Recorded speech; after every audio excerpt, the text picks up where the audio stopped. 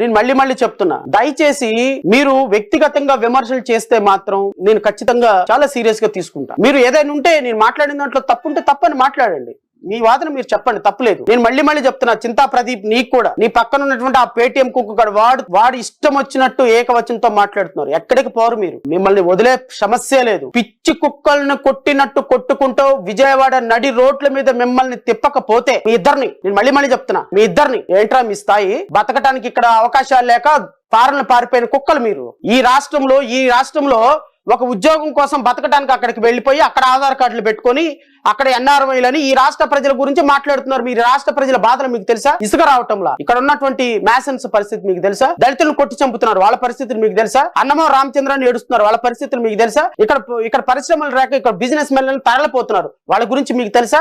మహిళలకి ఇక్కడ ఇస్తానన్నటువంటి ఎంట్రప్రెన్యూర్షిప్ లేక ఎస్సీ ఎస్టీలు పారిశ్రామికవేత్తగా ఎదగలేకపోతున్నారు. ఎస్సీ ఎస్టీలకు ఒక లోన్ లేదు, 26 పథకాలు రద్దు చేశారు, ఎస్సీ సప్పాల నిధులంతా మళ్లిస్తున్నారు. ఇవన్నీ మీకు తెలుసా? ఎక్కడో అమెరికాలో కూర్చొని బతుకు తెరువు కోసం పారిపోయిన కుక్కలు మీరు. మీరేంట్రా ఆంధ్రప్రదేశ్ రాష్ట్రం గురించి మాట్లాడతారు? ఆంధ్రప్రదేశ్ రాష్ట్ర ప్రజల గురించి మాట్లాడేది మేము. మీకు ఆధార్ కార్డు లేదు, ఇక్కడ ఓటర్ కార్డు లేదు, మీరేంట్రా మాట్లాడతారు? అదే ఉన్నంటే ఒక యూట్యూబ్ దొరికింది, ఒక ఫేమస్ ఛానల్ దొరికింది, ఎవరిని పడితే వాడిని మాట్లాడటం. కోటేసుకునే స్థాయి ఏంట్రా మీది? ఎవడ్రా మీరు? న్యాయమూర్తిగా నేను పనిచేసి వచ్చినా నేను నుంచుంటే మీరు అంత దూరంలో నా కళ్ళ ముందు కూడా నుంచోటానికి అర్హత లేని మీరు ఏదో ఒక సాధారణమైన ఉద్యోగం చేసుకుంటా వెళ్ళిపోయి దేశం వదిలి పారిపోయి అక్కడికెళ్ళి బతుకుతున్న మీరు ఎవరన్నా మమ్మల్ని అంటారు? మమ్మల్ని స్థాయి ఎక్కడది మీకు? రండి, ఒక టాపిక్ లో రండి, మాట్లాడదాం. గట్టిగా ఒక కాన్స్టిట్యూషనల్ పరంగా ఒక మాట మాట్లాడటం రాదు. ఎవరిని బట్టే వాడిని వ్యక్తిగతంగా విమర్శించడం, ఇంట్లో అమ్మనాభూతులు తిట్టడం మాకు రాదా? అమ్మనాభూతులు తిట్టడం మేము విఘ్నత కలిగిన వాళ్ళం. మేము మాట్లాడేటప్పుడు విధానపరమైన నిర్ణయాలు మాట్లాడతాం. ఒక అన్పార్లమెంటరీ లాంగ్వేజ్ అని నేను మాట్లాడతానా? ఒక డాక్టర్ చదివిన కామన్ సెన్సే లేదు మీ ఇద్దరికి. మీకు ఎవడరా అసలు ఉద్యోగాలు ఇచ్చింది? మిమ్మల్ని ఎవడరా అక్కడ పోషిస్తుంది? ఇక్కడ వేసే డబ్బుల కోసం అక్కడ అమెరికాలో కూర్చొని మాట్లాడే కుక్కలు మీరు కూడా